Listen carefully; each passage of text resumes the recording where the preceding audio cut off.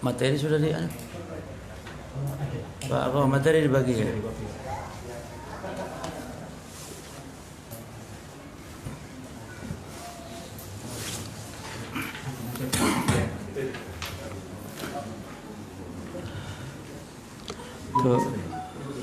Ke Ummahat juga ya, berapa lama?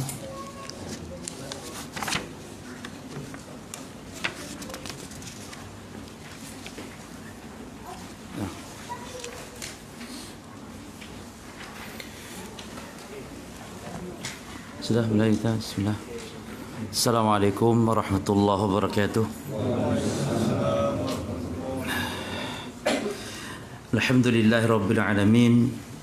Wassallallahu wasallam wa baraka ala nabiyyina Muhammadin wa ala alihi wa ashabihi wa tabi'in wa man tabi'ahum bi ihsanin ila yaumiddin wa sallama tasliman katsira, amma ba'd. Para hadirin kaum muslimin wal muslimat, a'azzakumullah. Pada malam hari ini insyaallah taala kita akan mengkaji kaidah fikih. Dan kaidah fikih ini khusus terkait tentang muamalat. Jadi bukan kaidah fikih muamalah, bukan. Kaidah fikih tentang muamalah. Mungkin kalau mau diluruskan judulnya seperti itu. Kaidah fikih tentang muamalat. Dengan memahami kaidah fikih, seseorang akan dengan mudah memahami kesimpulan hukum secara langsung tanpa perlu melihat dalil, karena kaidah fikih itu sendiri dibangun di atas dalil. Jadi tidak ribet semacam rumus. Contoh misalnya dalam kaidah fikih disebutkan itu seperti al-a'malu binniyat misalnya. Amalan itu tergantung niat.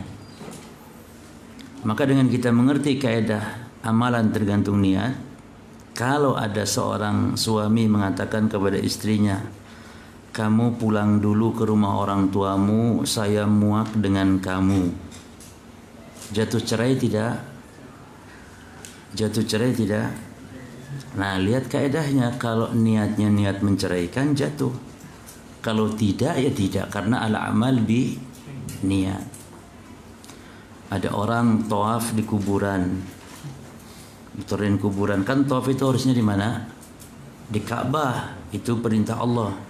Tawaf di kuburan. Apa hukumnya? Apa hukumnya? Tergantung niatnya. Kalau niatnya dia muterin kuburan nyari dompet yang hilang, apa kita katakan ente bid'ah syirik? Tidak. Tanya dulu, ngapain muterin kuburan, dompet hilang? Oh ya sudah, tidak masalah berarti. Ya, amal bi niat. Baik. Nah sekarang kita kaidahnya khusus. Kaidah fikih kita adalah masalah muamalat. Muamalat itu artinya al-ahkam asy-syar'iyyah al-muta'alliqah bi amri dunya kal bai' wasyira' wal ijarah. Muamalat artinya yang kita akan bahas ini hukum syariat yang berkaitan dengan urusan dunia, seperti jual beli sewa menyewa.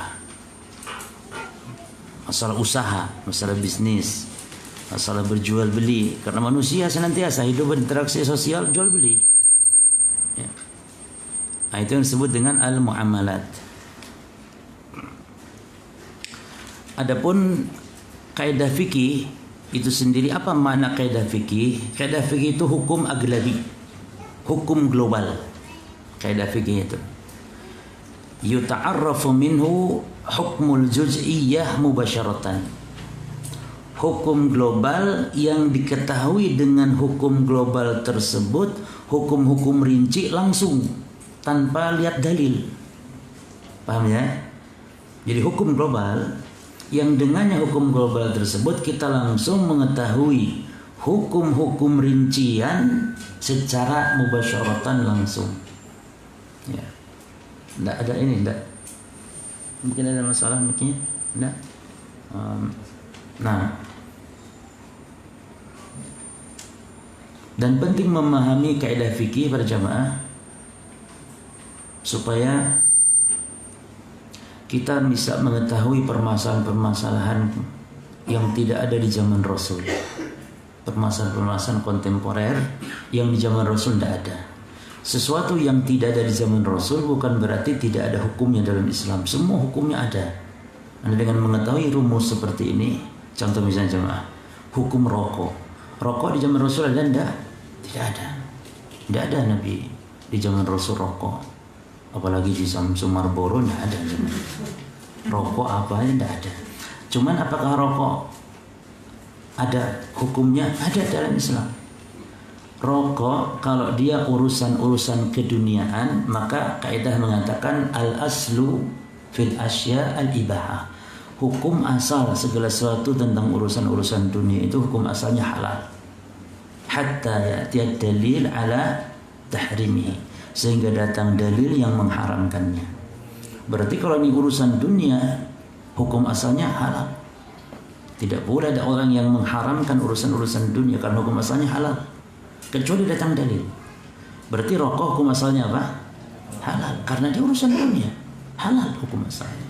Lalu ada lagi kaidah la dharar wa la dirar. Ada lagi kaidah boleh membahayakan diri dan tidak boleh membahayakan orang lain. Nah, sekarang rokok gimana? Yang hukum asalnya halal. Apakah ada kemudaratan?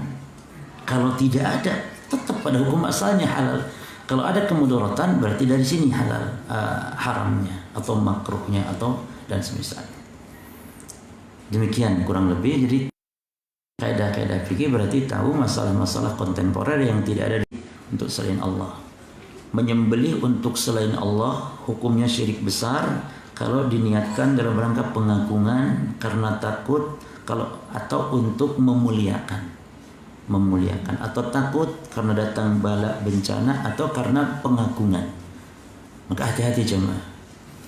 Jadi menyembelih untuk selain Allah dalam pengagungan, seperti menyembelih untuk jin supaya bangunan tidak rusak atau tidak roboh, untuk jembatan atau larung laut kepala kerbau. Ini termasuk sembelihan yang dosa ini bukan syirik kecil, tapi syirik akbar. Syirik akbar. Nah, sembelihannya haram. Ini menunjukkan bahayanya. Jadi kalau menyembelih untuk selain Allah, sembelihan haram. Maka jemaah, kalau persembahan untuk orang kafir atau untuk kekufuran, kalau dia bukan bentuk penyembelihan, maka itu dihalalkan. Kalau misalnya, karena di zaman Rasul harta-harta untuk berhala itu dimanfaatkan oleh Rasul SAW. Harta uang dan semisalnya dimanfaatkan. Ketika Rasul menghancurkan berhala yang ada di dalam Ka'bah sekira 360 berhala. Ini menunjukkan boleh. Namun kalau sembelihan, jadi kalau misalnya makanan untuk acara-acara kekufuran, kalau tidak menimbulkan fitnah halal. Namun kalau sembelihan tidak main-main, haram secara mutlak, apanya pun harus dibuang karena itu dianggap sebagaimana bangkai, tidak boleh dimakan. Nah, ini semacam itu dalam Quran 4. Dalam hadis ada yang diharamkan, di antaranya apa tadi? Binatang, termasuk burung. Wa kullu dhi mikhlab minat tayr fa'aklu haram. Termasuk setiap burung yang bertaring, yang memangsa dengan cakar, yang bercakar, yang memangsa dengan cakarnya, maka burung itu pun haram. Seperti burung elang. Tidak boleh. Kalau makan burung bangau gimana coba? Bangau haram, namun bukan karena masalah cakar dan semisalnya. Karena bangau termasuk burung pemakan benda najis atau pemakan bangkai. Disebutnya itu jalalah. Binatang yang makan jalalah, makan yang benda-benda najis, itu boleh dimakan tapi disterilkan dulu dalam Islam. Termasuk ikan lele, ikan lele yang makan tinjak manusia itu disterilkan. Termasuk apa lagi yang keseluruhan kebanyakannya yang dimakan najis, itu jalalah. Termasuk susunya haram dikonsumsi sehingga disterilkan. Para ulama membatasi kalau sapi disterilkan sekitar 40 hari, kalau binatang lain sesuai. Maka hati-hati ikan-ikan, termasuk ulama memasukkan kepada hukum jalalah. Apa jalalah itu? Hewan yang konsumsinya benda-benda najis, ya, kotoran manusia dan semisalnya. Tapi boleh kalau sudah disterilkan. Jadi ini kaidah kita, hukum asal jual beli sewa menyewa semisalnya halal, ya, boleh sehingga datang dalil yang melarangnya. Di dalam ayat-ayat lain banyak masalah ini, diantaranya yang secara spesifik dalam masalah ini adalah Allah mengatakan di dalam surat Al-Baqarah juga, wa ahalallahu al-bai'a wa harrama riba, dan Allah menghalalkan jual beli. Nah, berarti jual beli halal. Dan Allah mengharamkan riba. An-Nisa 29 Allah mengatakan, ya ayuhan ladzina amanu la ta'kulu amwalakum bainakum bil batil illa an takuna tijaratan an taradin minkum. Wahai orang-orang beriman, jangan kalian memakan harta kalian dengan cara yang batil, jangan dengan cara merampas, merampok, mencuri, menyolong, kecuali perdagangan saling jual beli yang kalian saling ridho. Berarti maknanya halal jual beli. Adapun dengan cara-cara selain jual beli dengan cara batil diharamkan. Ya. Baik. Kita baca perkataan para ulama sekarang jemaah. Dalam mazhab Syafi'i, beliau mengatakan di dalam kitab Al-Imam Syafi'i rahimahullah mengatakan, an yakuna Allah azza wa jalla ahalal bai'a, bahwasanya Allah menghalalkan jual beli idza kana mimma lam yanha anhu Rasulullah SAW, kalau tidak dilarang oleh Rasul. Ini maknanya jual beli itu halal kecuali kalau yang dilarang. Ya, berarti kan kaidah apa yang disampaikan Imam Syafi'i ini sesuai dengan kaidah kita bahwa hukum asal jual beli halal, sehingga datang dalil yang melarangnya. Kita simpulkan jemaah dari pembahasan ya, yang nanti akan juga terbahas, hukum asal jual beli itu halal sehingga datang larangan. Larangan ini berkisar antara 3 saja jemaah. Ini secara global ya, bukan secara rinci. Secara global larangan itu berkisar 3 saja. 1, tidak ada unsur kedoliman, dolim. Jual beli nggak boleh dolim, misalnya barangnya cacat rusak. Yang kedua, tidak ada unsur goror. Goror itu ketidakjelasan, baik tidak jelas barang, tidak jelas harga, tidak jelas kapan bayar. Ya. Yang ketiga, jadi ingat saja 3 hal ini sebenarnya dalam jual beli, tapi global, perlu kepada perincian penjelasan. Namun globalnya ini aja. Apa yang pertama? Tidak ada unsur kedoliman, curang itu dolim dan semisalnya. Yang kedua, tidak ada unsur goror. Apa goror? Gampangnya ketidakjelasan, nggak tahu ujung pangkal, ketidakjelasan. Maka nggak boleh jual beli kucing dalam karung istilahnya, karena ada unsur goror ini. Atau utang, kapan bayarnya? Kapan-kapan. Nggak boleh kapan-kapan, harus ditetapkan tanggal, waktu, bulan. Yang ketiga, tidak boleh ada riba. 3 saja sudah.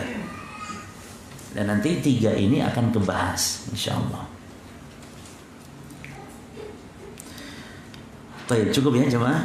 Nah, sekarang yang kedua, kaidah yang kedua. Tanakidul muamalah.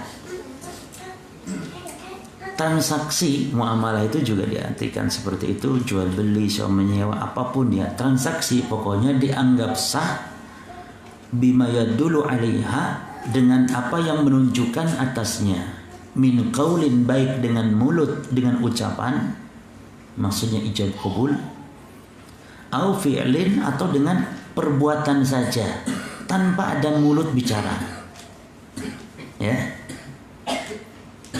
Maksudnya muamalah dinilai sah dengan ucapan, misalnya saya beli, iya saya terima uangnya, ya, atau dengan sekedar perbuatan walaupun mulutnya diam. Yang penting dua-dua orang yang bertransaksi paham. Jelas ya? Kecuali mazhab Syafi'i. Kalau dalam mazhab Syafi'i, jual beli itu syaratnya ridho, dan tanda ridho itu harus ada ucapan mulut, ikrar, ijab, dan qabul. Dalam mazhab apa? Syafi'i. Tapi mazhab mayoritas sah jual beli dengan sistem mu'atot. Mu'atot, saling menjulurkan tangan tanpa ada ucapan ijab kabul dari mulut, yang penting dua-duanya paham. Jadi kalau dalam mazhab Syafi'i tanda saling ridho, karena memang jual beli dianggap sah kalau saling ridho. Namun menurut mayoritas jumhur para ulama, sebagaimana sesuai kaidah kita, tanda saling ridho itu dua saja. Satu, ada ilmu, paham dua-duanya kalau dia bertransaksi. Kedua, tidak ada unsur dipaksa, rela dua-duanya. Itu sudah rukunnya. Adapun mulut tidak ada dalam mazhab jumhur, dan itu yang benar.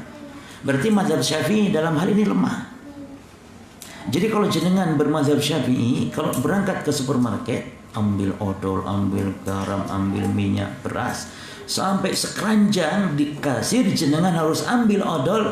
Mbak kasir, saya beli odol 7.000 dibayar kontan. Kata kasir, saya terima uangnya 7.000 dibayar kontan. Baru odol toh, belum ambil beras, belum. Di belakang ngantri jemaah. Nah ini dalam mazhab Syafi'i sulit dipraktikkan. Bahkan ada transaksi di airport, makanan atau minuman, kita masukkan saja uang, poin, tinggal pijit apa minumannya, langsung belum keluar. Transaksi seperti ini mazhab mayoritas sah, karena paham orang yang meletakkan minuman itu mau menjual, apalagi pakai bandrol. Kita yang memasukkan uang paham mau membeli, itu sudah dianggap saling ridho. Nah dalam mazhab Syafi'i tidak boleh. Dia harus ngomong, mesin saya beli Coca-Cola 1, saya bayar kontan, pelung. Kalau mesin diam, tidak sah jual beli. Tidak sah jual beli. Imam Ibnu Qudamah mengatakan, wa madhhabu Syafi'i rahimahullah anna al-bai'a la yasihu illa bil ijabi wal qabul. Dan madhab Syafi'i rahimahullah menyatakan annal bai'a, bahwasanya jual beli la yasihu, tidak sah, illa bil ijabi wal qabul, kecuali dengan ijab dan qabul. Ijab dari yang membeli, qabul dari yang menjual. Wa dhahaba ba'du ashabihi ila mithli qaulina. Dan sebagian dari ulama-ulama Syafi'i juga seperti kita, yakni madhab Hambali dan madhab Jumhur, yakni mengatakan anallah halal bai', bahwasanya Allah menghalalkan jual beli, walam yubayyin kaifiyatahu, dan Allah tidak menjelaskan tata caranya. Fawajaba ruju' fihi ilal urf, maka caranya harus dikembalikan kepada adat kebiasaan manusia. Artinya kalau manusia sudah memahami ini jual beli, sudah sah tanpa harus adanya ijab dan qabul, ya. Kemudian walam yunqal anin nabi, dan tidak diriwayatkan dari nabi, dinukil dari nabi, wala an ashabi, tidak pula dari para sahabat, maka kasrati wuqu'il bai' bainahum, padahal mereka bertransaksi, Rasul, para sahabat. Isti'malul ijab wa qabul, tidak ada penukil riwayat kalau mereka itu dalam jual beli melakukan ijab dan qabul, tidak ada riwayat, ya kan? Nah ini berarti pendapat yang kuat mazhab jumhur, dan ini sesuai dengan kaidah kita. Maka jual beli sistem al-mu'attah atau al-mu'attat itu yakni saling i'taqul lil aqidaini lasabi, yakni yang menjual saling memberikan, yang membeli memberikan uang, yang menjual memberikan barang, ini namanya mu'attat, saling menjulurkan tangan. Maka itu jual belinya sah tidak? Sah. Bahkan jual beli seperti ini boleh, misalnya jual sayuran, tulis sayur, semua sayur 2.000 rupiah, masukkan silakan uangnya ke kenceleng, di sana ada kenceleng, antum ambil sayur, masukkan kenceleng 2.000, pulang, sudah sah, karena yang jual sudah menyatakan, bahkan tertulis bandrolnya, tanpa harus adanya ijab dan al-qabul. Jadi rukun ridho, kalau menurut mazhab jumhur, rukun ridho ada berapa? Ada 2. Satu apa? Al-ilmu. Al-ilmu itu yakni tahu, sadar kalau jual beli, ya, tahu, sadar kalau jual beli. Yang kedua al-ikhtiyar, tidak ada paksaan, itu sudah sah. Nah,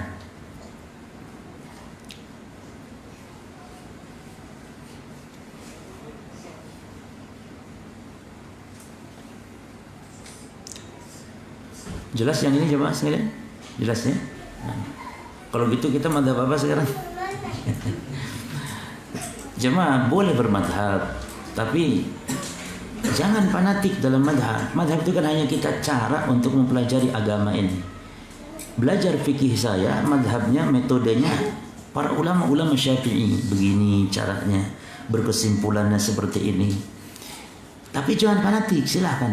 Ketika lemah pendapat ini dan yang kuat madhab yang lain, kita pegang yang lain. Seperti sekarang, kalau kita praktekkan transaksi dalam madhab Syafi'i, sulit untuk melakukannya.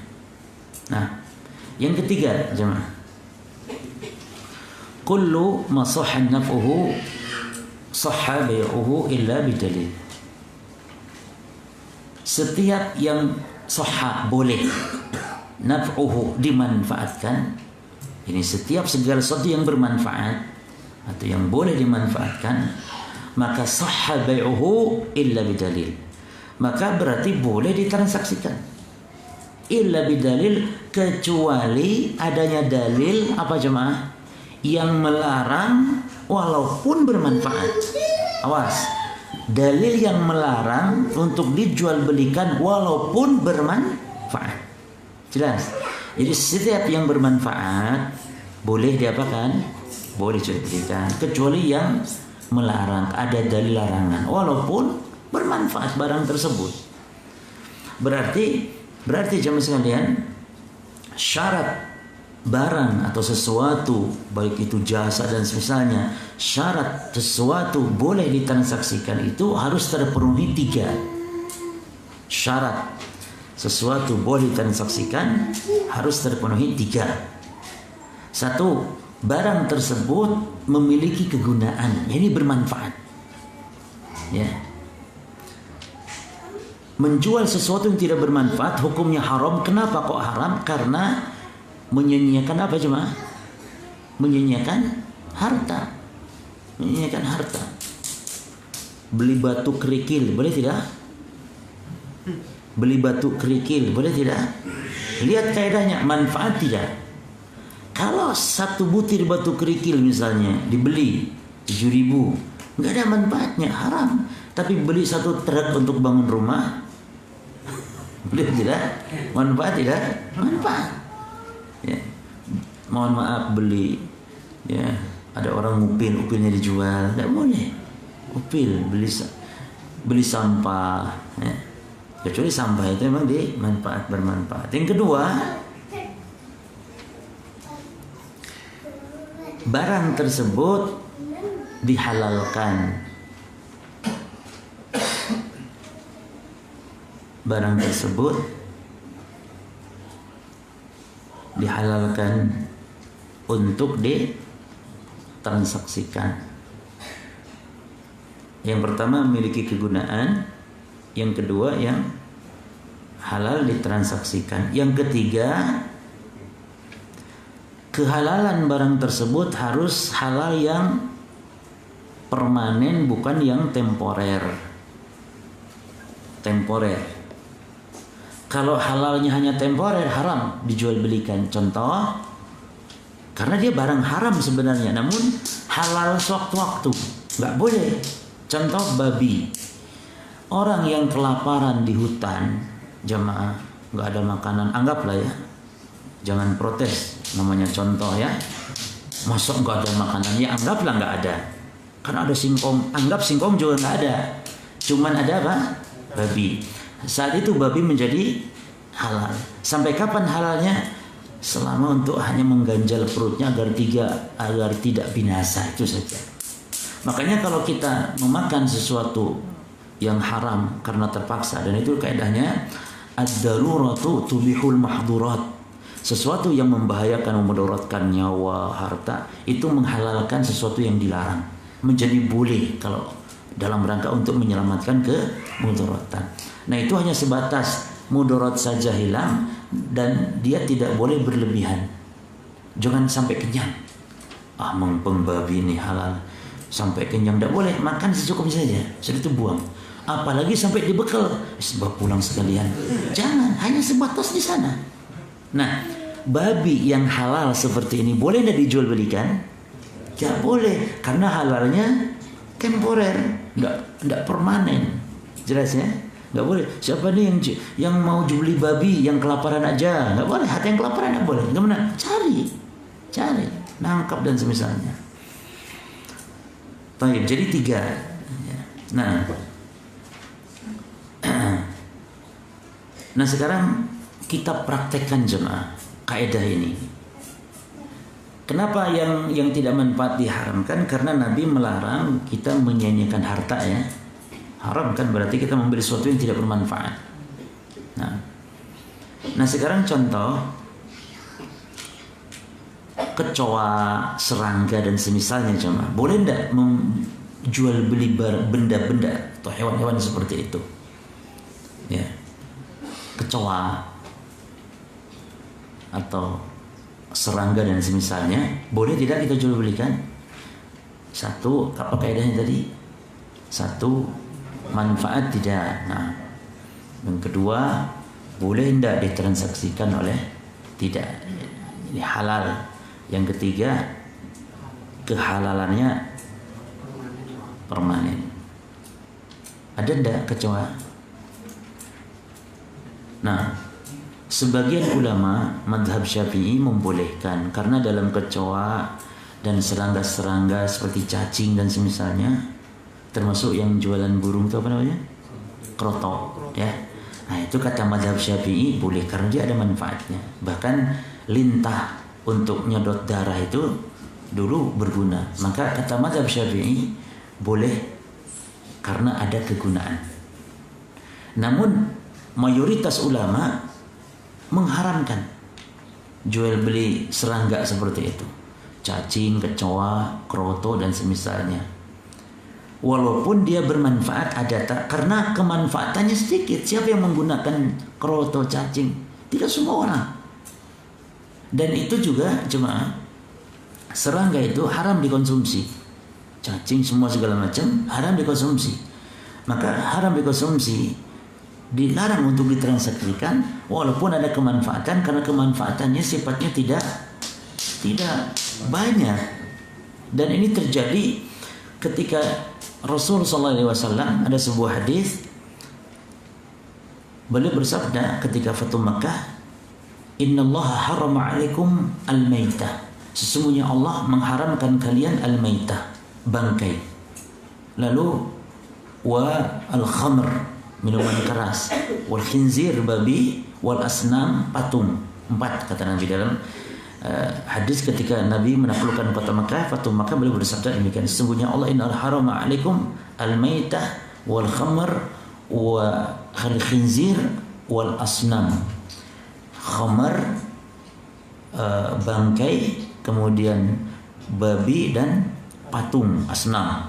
Ini patung apa saja jemaah, baik disembah ataupun tidak disembah, makhluk bernyawa. Maka jangan hati-hati yang punya usaha, jangan sampai jual-jual gambar patung-patung makhluk bernyawa, tidak boleh. Boleh jual aksesori halal, namun patung-patung tidak boleh. Ya. Nah, lalu ada sahabat yang tanya jemaah. Nabi mengatakan Inna Rasulullah harama bai'a. Sesungguhnya Allah dan Rasulnya harama, mengharamkan bai'a, menjual khamar, patung, babi dan bangkai. Mengharamkan apa? Bai'a. Apa bai'a? Jual. Bukan mengkonsumsi, menjual. Lalu sahabat tanya, ya Rasulullah, Ara'aita syuhumal maitah, ya Rasul, bagaimana kalau lemak bangkai ya Rasul? Fa innahu yutra biha sufun, karena dengan lemak bangkai bisa bermanfaat bagi kami ini untuk meminyai perahu, wa yudhanu bihal julud, untuk melembutkan kulit-kulit, menyamak kulit, wa yastasbih bihan nas, dijadikan juga lemak bangkai itu bahan bakar penerangan bagi manusia. Bagaimana ya Rasul? Qal, kata Nabi, la, tidak boleh. Nah, huwa haramun, dia itu haram kata Nabi. Perhatikan jemaah pertanyaannya. Sahabat tadi ini lemak bangkai ya Rasul bermanfaat untuk ini, manfaat ya Rasul. Boleh tidak? Kata Nabi, tidak, dia itu haram. Pertanyaan saya kepada jemaah sekarang, yang dimaksud Nabi haram apa? Haram menjual atau haram memanfaatkan? Haram menjual atau haram memanfaatkan? Tadi konteks hadisnya apa tadi? Harama bai'a, haram menjual. Berarti sesuatu diharamkan dijual belikan, tidak mesti haram juga memanfaatkan. Haram jual beli bangkai, tapi boleh kita manfaatkan bangkai. Mungkin untuk apa contohnya jemaah? Mungkin ada ayam mati banyak bangkai, boleh tidak jual belikan? Tak boleh. Tapi memanfaatkannya boleh? Boleh. Untuk apa? Kalau antum punya buaya, apa boleh piara buaya? Piara ikan lele lah ya, atau piara apa? Sembarang lah, piara ikan atau apa, dikasih. Nah ini boleh, namun jangan membeli. Terus kan kasihan teman kita ayamnya 100 ekor mati, ya, bandar ayam mati. Bagaimana caranya? Membelikan nggak boleh. Masa mau gratis gitu ya? Gimana caranya?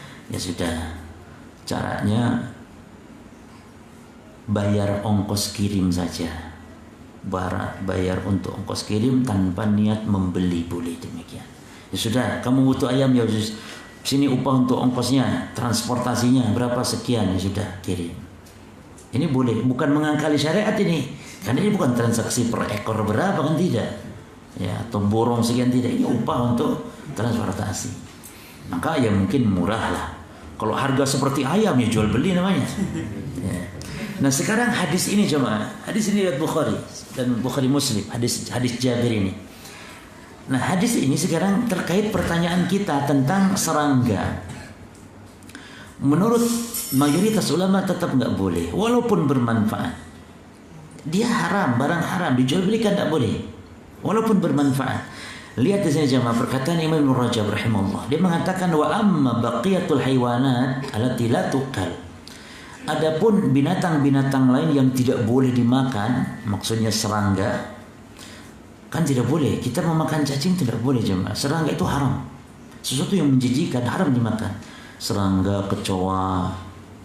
Termasuk kalau menurut saya pendapat ya yang lemah ilmu, termasuk ulat-ulat. Kalau di kampung kami itu, di mertua kami di Jawa Timur, di Tulungagung itu yang namanya ulat apa ya, dalam ulat jati atau apa ya, itu enak dipeye, di sayur, di apa ya. Dalam hadis setiap yang apa namanya secara tabi'i manusia menjijikan itu haram untuk dikonsumsi, termasuk cacing, kecoa. Apa ada orang yang sekarang akalnya sehat makan kecoa, yakni sop kecoa atau peye kecoa? Tidak ada, maka haram. Nah binatang yang tidak boleh dimakan seperti itu, fama nafa'a fihi, padahal punya juga manfaatnya, kal hasyarat, seperti serangga-serangga, wanawiyah dan semisalnya. Kata Imam Rajab, la yazuzu bai'uhu, tidak boleh dijual belikan. Wa ma yudhkar min naf'in fi ba'diha, walaupun ada manfaat pada sebagiannya disebutkan, fa huwa qalil, manfaatnya itu sedikit. Artinya siapa yang memanfaatkan kecoa dan semisalnya? Mungkin beberapa gelintir orang atau beberapa orang. Tidak semua orang hajat butuh kepada serangga tersebut. Fala yakunu mubihan lil bai', walaupun demikian tetap tidak diperbolehkan untuk dijual belikan. Kama lam yubihir Rasul, sebagaimana Rasul tidak membolehkan, perhatikan, bai'al maitah, menjual belikan bangkai, lima dzukira lahu ma fiha minal intifa', padahal disebutkan di hadapan Nabi bangkai ada manfaatnya, tapi Nabi tetap dilarang menjual belikan, walaupun silakan memanfaatkan tapi jangan menjual belikan. Walihada karena sahih, oleh karena itu pendapat yang kuat yang benar, annahu la yubahu, tidak dibolehkan jual beli al-alqu lima siddam, tidak boleh menjual belikan al-alq yang nyedot darah itu apa? Lintah lima siddam untuk nyedot darah. Waladidan, dan juga tidak boleh menjual belikan cacing lil istiyadi, untuk bermancing, wa nahwi dzalik, dan yang semisalnya. Ini penjelasan Imam Ibnu Rajab dalam kitab Jami'ul Ulum wal Hikam tentang masalah hukum serangga. Jadi ada khilaf ulama, yang benar nggak boleh karena serangga haram dimakan, dikonsumsi. Lalu walaupun manfaat untuk yang lain, setiap yang haram dimakan jangan diperjualbelikan. Baik. Nah, sekarang kita praktek. Jual beli mushaf Quran boleh tidak? Manfaat tidak mushaf Al-Quran? Nah, boleh jual belinya? Boleh. Karena tidak ada larangan. Ada larangannya enggak? Tidak ada. Hanya saja tidak boleh mushaf dijual ke orang kafir. Mushaf lo jemaah, kalau Quran terjemahan boleh. Ya. Quran terjemahan itu jadi dihukumi mushaf. Maka boleh pegang Quran terjemahan tanpa wudu. Tapi mushaf Al-Quran tidak boleh kecuali dengan berwudu dalam madhab mayoritas. Ya, artinya beda hukum. Seperti termasuk tafsir. Padahal bahasa Arab. Quran lalu ada tafsirnya bahasa Arab.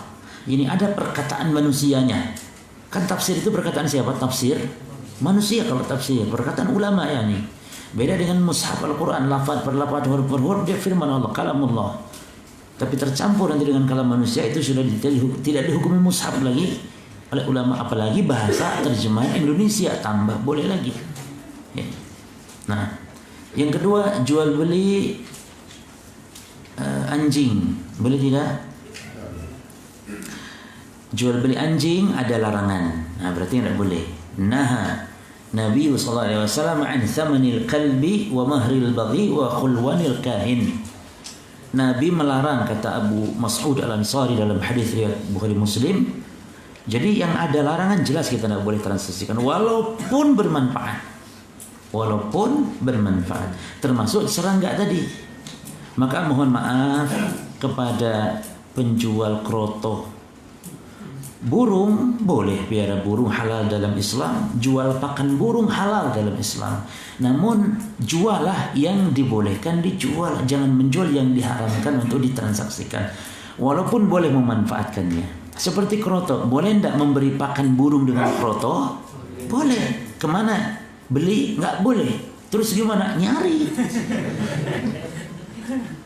Cacing? Boleh, silakan mancing dengan cacing, silakan. Yang dimaksud di Imam Ibnu Rajab tidak dibolehkan cacing untuk mancing, maksudnya beli cacing untuk manfaat mancing. Kalau mancing dengan cacing boleh, cuma nyari kan angel. Ya sudah jangan mancing. Oh agamanya enak, silakan. Ini cuma nggak boleh dijual belikan misalnya. Taib, dan juga pakan burung banyak yang lain yang halal dijual seperti pisang. Cuma repotnya Ustaz, kan semua burung udah doyan pisang katanya. Ya sudah, jual burung yang doyan pisang kan itu. Nabi melarang jual beli anjing. Anjing ini jamaah ada dua hukum. Ini dua-duanya haram dijual belikan. Anjing yang hukumnya halal dipelihara dan anjing yang hukumnya haram dipelihara. Dua-dua ini tetap haram untuk dijual belikan. Anjing yang boleh untuk dipelihara adalah anjing kalbus sayd, anjing berburu. Yang kedua anjing az-zara' untuk menjaga tanaman, dan yang ketiga anjing untuk menjaga al-an'am, hewan-hewan ternak. Tiga ya. Jadi jenengan punya jagung banyak diranjah hama, boleh pelihara anjing di kebun tersebut. Dan itu tidak termasuk kepada ancaman. Namun selain itu memelihara anjing karena senang, suka melihara anjing saja, tiap hari amalan kita dikurangi 2 qirat jemaah. 1 qirat sebesar gunung Uhud. Amal kita, amal saleh. Man iqtana qalban nuqisa min amalihi kulla yawmin qiratan. Siapa yang pelihara anjing, dalam lafaz lain illa qalbis sayd, kecuali anjing berburu. Yani siapa yang pelihara anjing selain anjing yang dibolehkan, maka setiap hari, bukan setiap pekan, setiap hari amalannya dikurangi 2 qirat. Nek belanja di diskon enak, nek amal di diskon jemaah pahala, wah hancur. 2 qirat sebesar gunung Uhud 1 qiratnya. Jadi hati-hati, karena kita sekarang melihat, masya Allah, Muslim. Kalau dulu kita lihat orang-orang Cina, orang kafir bawa anjing biasa, karena mereka memang Tidak ada halal haram dalam agama mereka. Ketika orang muslim, apalagi jilbaban, kerudung piara anjing, bagaimana? Ini tidak boleh. Nah, diharamkan jual beli anjing. Wa mahril baghi, diharamkan juga mahar. Mahar itu upah pelacur. Wa hurwanil kahin, dan mahar atau upahnya dukun. Ya, 3 jenis ini disebutkan dalam satu rangkaian hadis. Hasil jual beli anjing, mahar pelacur, upah dukun. Nah, terus jual beli kucing, boleh tidak? Nah, piara kucing boleh. Nah, piara kucing boleh. Bahkan kucing itu termasuk istimewa. Istimewa bukan berarti dia kesayangan Nabi, ya. Salah, itu terlalu berlebihan. Kucing itu istimewa, menunjukkan kaum muslimin itu suka dengan kucing. Sehingga kata Nabi, air liur kucing itu suci. Kenapa disucikan? Karena dia sering berkeliling di tengah-tengah kalian, supaya tidak memberatkan. Makna sering berkeliling berarti ini isyarat kalau umat Islam senang melihara kucing. Bukan berarti istimewa kesayangan Nabi. Tidak ada hadis yang menunjukkan Nabi suka kucing, tidak ada. Ya, ini menunjukkan boleh. Tapi kalau membeli nggak boleh, sebab Nabi di dalam hadis dikatakan nah Nabi sallallahu alaihi wasallam an bai'is sinur. Nabi melarang jual beli sinur. Sinur ini kucing. Lalu kalau begitu dari mana kita dapat? Ya minta sama nenek atau sama tetangga. Kucing saya tinggal minta, mungkin orang banyak yang bahkan ada yang nggak mau, saya ambil semua. Jangan. Tapi kalau kucing Anggora gimana? Nah, yang harganya 1 juta, yang kadang subhanallah makannya saja kadang kita kalah. Kita makan nggak tahu tempe ikan mungkin hanya sekitar 7.000 atau berapa. Dia 80.000 satu kaleng seminggu habis. Itu daging spesial, kucing mahal itu. Nah, itu haram, nggak boleh. Nah, yang jual beli hewan hati-hati. Kucing. Jual beli monyet boleh tidak? Praktek nih. Jual beli monyet, ketek, kera, boleh tidak? Ya. Nah, manfaat jamaah boleh, karena dan tidak ada larangan.